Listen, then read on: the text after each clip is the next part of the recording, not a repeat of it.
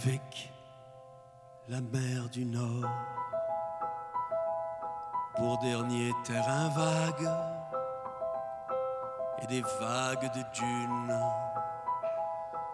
pour arrêter les vagues. Alors, on est officiellement à quelques heures de la dernière de Hommage à Brel. Parle-moi un peu de l'expérience de ce spectacle-là. Comment tu as vécu ça? Ce qui est merveilleux avec ce spectacle-là, c'est que d'abord, à la base, coup de téléphone de Luc de la Rochelière, un soir, une fois, one-shot deal. Au départ, c'était un show pour fermer Montréal en lumière, l'année où la Belgique était à l'honneur, donc Jacques Brel. Là, à soir, c'est quelque chose comme vers la 30e à peu près. On était comme en 3e prolongation, nous, justement. Ça a été vraiment une aventure incroyable. D'ailleurs, je suis pas capable même de te dire, moi, que ce soir, c'est la dernière, parce que je suis sûr qu'on va refaire ça quelque part à un moment donné. On a toute envie de le refaire, alors on a passé le message aujourd'hui à la productrice, et puis c'est entre ses mains.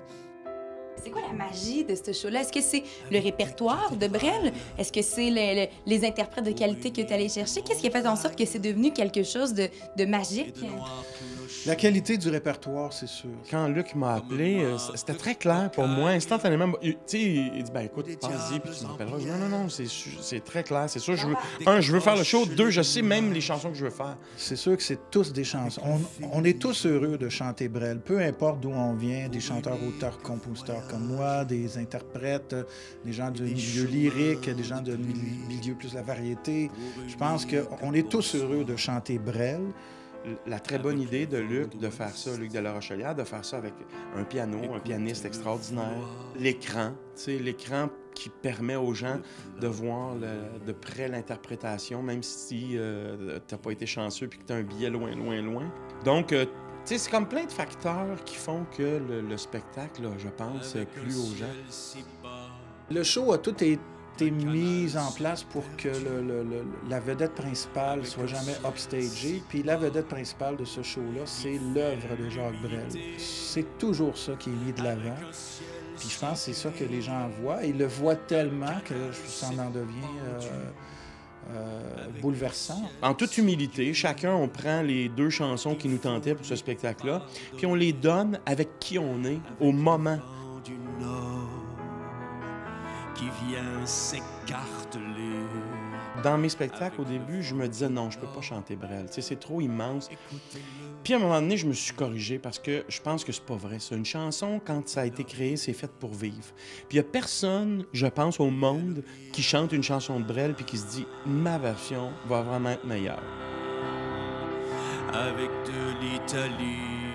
C'est vraiment un maudit beau cadeau qu'on a eu tous et toutes de faire ça, ce show-là. Avec Frida la blonde, quand elle devient Margot, quand les fils... C'était toutes des grandes salles qu'on faisait. Et puis les salles étaient toujours pleines. Puis on s'est permis d'aller à chaque soir à l'arrière, une délégation. Mais finalement, il y a des soirs où on se retrouvait quasiment tous les chanteurs, chanteuses à l'arrière.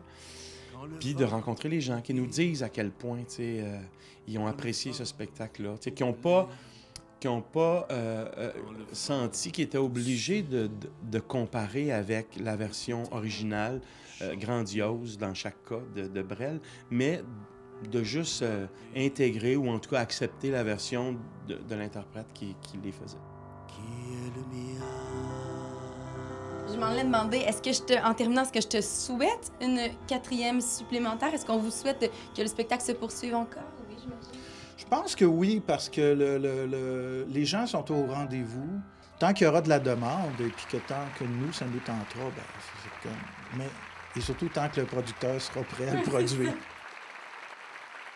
Bonne dernière, amusez-vous bien sur la scène. Oui, on va essayer de faire ça. On va te souhaiter une bonne dernière ce soir, mais c'est ça, je m'en allais dire. On te souhaite une bonne dernière, mais on te souhaite surtout que le projet se poursuive, puis on se le souhaite, honnêtement. Oui, ben écoute, si vous le souhaitez autant que moi, ça devrait marcher. On se met tous ensemble, on souhaite ça. Excellent, merci.